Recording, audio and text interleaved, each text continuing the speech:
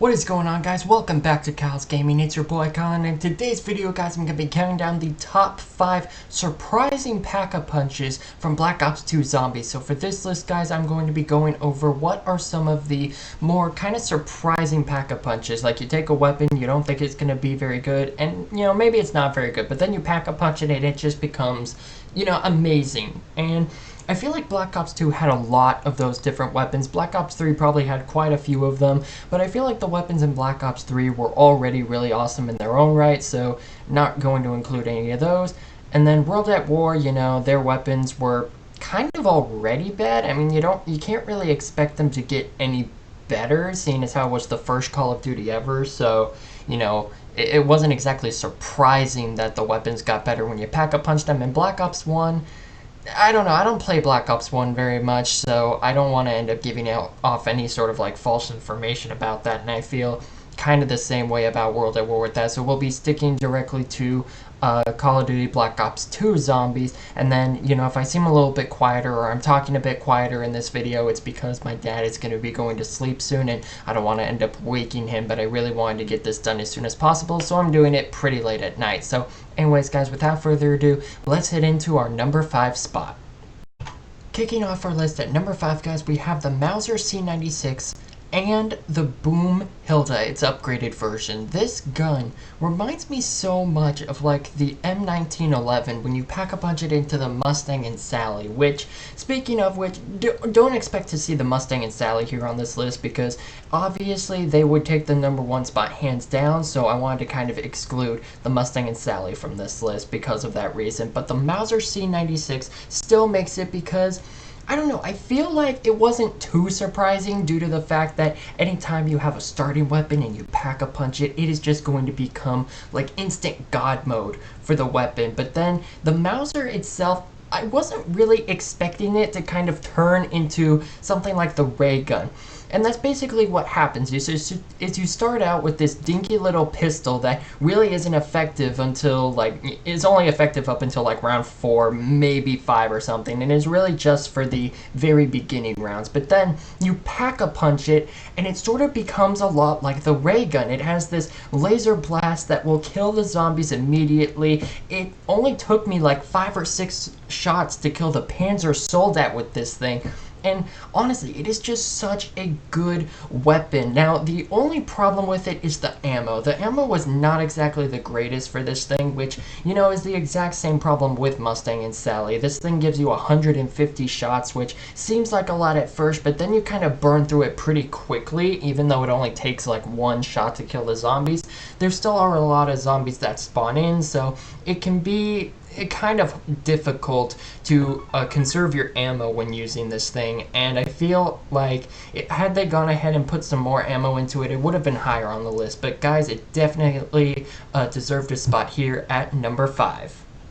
Moving on down to the number 4 spot on the list, guys, we have the Ballista and the Infused Arbalist. Now, this gun was definitely a surprise when I first started playing Origins and I decided to pack-a-punch this thing because unlike the DSR, this thing starts as being iron-sighted, and it kind of is supposed to be like the Kar 98K or the Arasaka from World at War, in the sense that it really is only supposed to be effective up until like round 3 or something, and that's pretty much up until when people use it is like 3 or 4, but this gun is actually effective up until round 7, which is pretty powerful for a starting wall weapon if you ask me. And then you pack-a-punch this thing, you actually save up and you grab it and you pack-a-punch this thing, and it's effective up until, you know, the late teens and even into the 20s. It is just so powerful. Now, the ammo is actually really good on this thing, but the power isn't really the greatest. Like,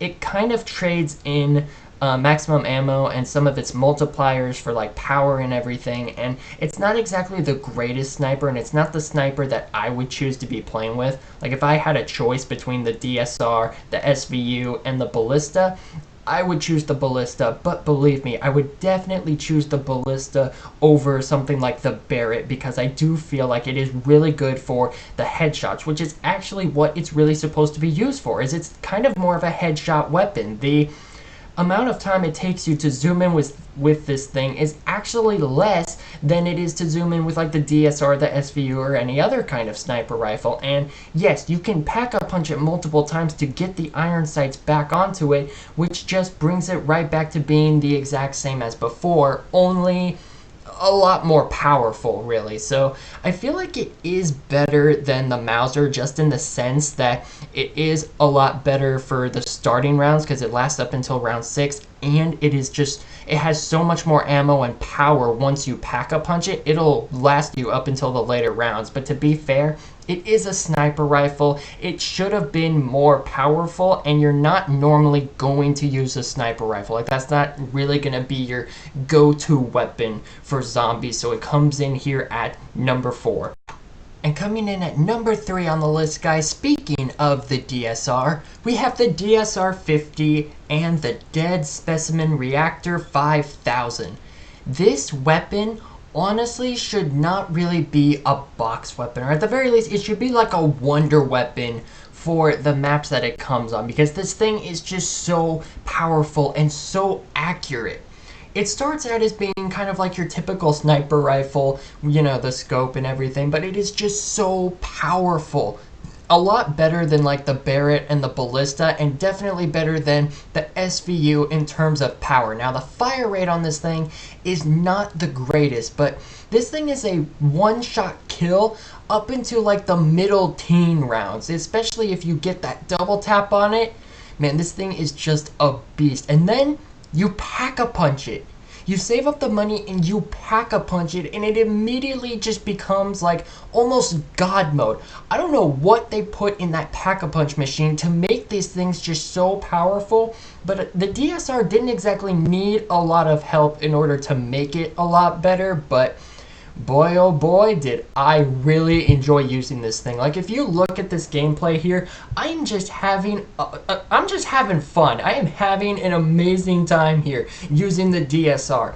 And you would think that with a sniper rifle, again, it's not really a weapon that you would normally want to use, but I would say that if you have to choose between the DSR and its pack-a-punch version versus the Ballista and its pack-a-punch, I definitely would recommend the DSR hands down. Now, it might take you quite a few thousand points to get the iron sights onto it in order to make it really good, but believe me, it is so going to be worth it. Being able to just immediately quick scope and snipe the zombies right down. This thing will last you way through the 20s and possibly even to the real early 30s, but that might be pushing it a little bit. But even so, guys, this thing is just so awesome. And once again, the problem kind of comes down to the ammo count. It's really not a lot of ammo. Let me think. It's 96 in the stock, and then 8 or 9 in the clip. I think it's 8. So it's really not a ton of extra ammo that it gives you whenever you pack-a-punch it, but believe me, you are not going to go burning through this ammo anytime soon. It is a really awesome gun. It's one of my absolute favorites to use in Black Ops 2, and it definitely deserves a spot at number 3. Moving on down to the number 2 spot on the list, guys, we have the Olympia and the Hades. Once again, guys, I gotta say, I have no idea what they put in that pack-a-punch machine, but it has got to be just an entire load of steroids or something, because this is a wall weapon. And this isn't even just Black Ops 2 wall weapon. This is a Black Ops 1 wall weapon that was apparently just so good and so well received by people that it made its way into Black Ops 2. And I am so glad that they decided to do that, because this thing is an absolute beast. So you start off with just kind of a regular old shotgun off the wall. It's really only supposed to be powerful up until kind of like round 5, 6, maybe even 7. Just the really early rounds trying to get points. But, you know, since it's a shotgun, you're really not going to get a lot of points. So really, you're just kind of relying on power and something to get you through the rounds at the very beginning.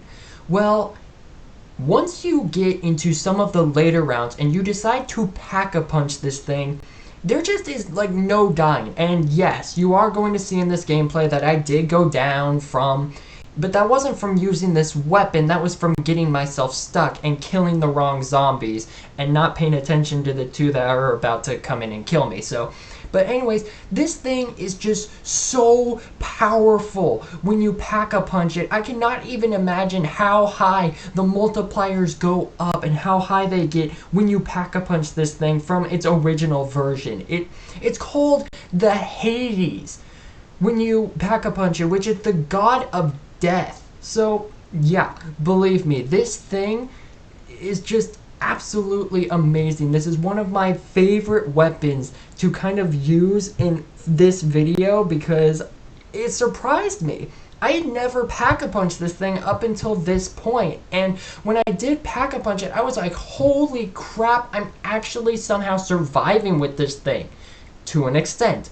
But like I said, that wasn't really the fault of the gun, that was my own stupid fault. But this gun is going to be able to get you out of a tough situation. Believe me, the only shotgun that might be just a tiny bit better is the M1216, and that is a really close call. That is just so super duper close, but this thing definitely is like the #2 shotgun in all of Call of Duty Black Ops 2 Zombies. But there is one weapon that was so much of a shock, I had to put it in at #1. So let's go ahead and see what that could be.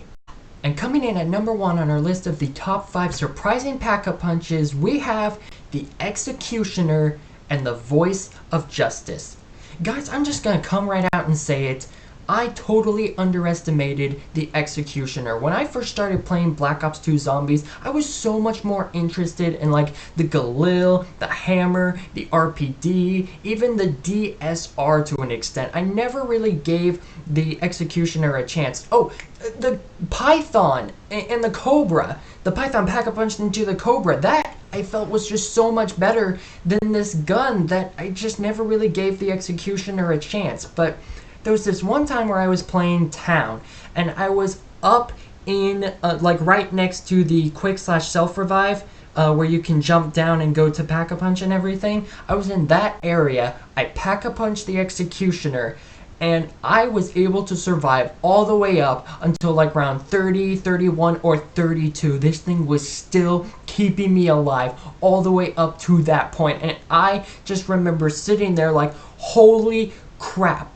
I have made it to round 30 using just this pistol. How is that even possible? And that's the thing that just so shocks me about this gun.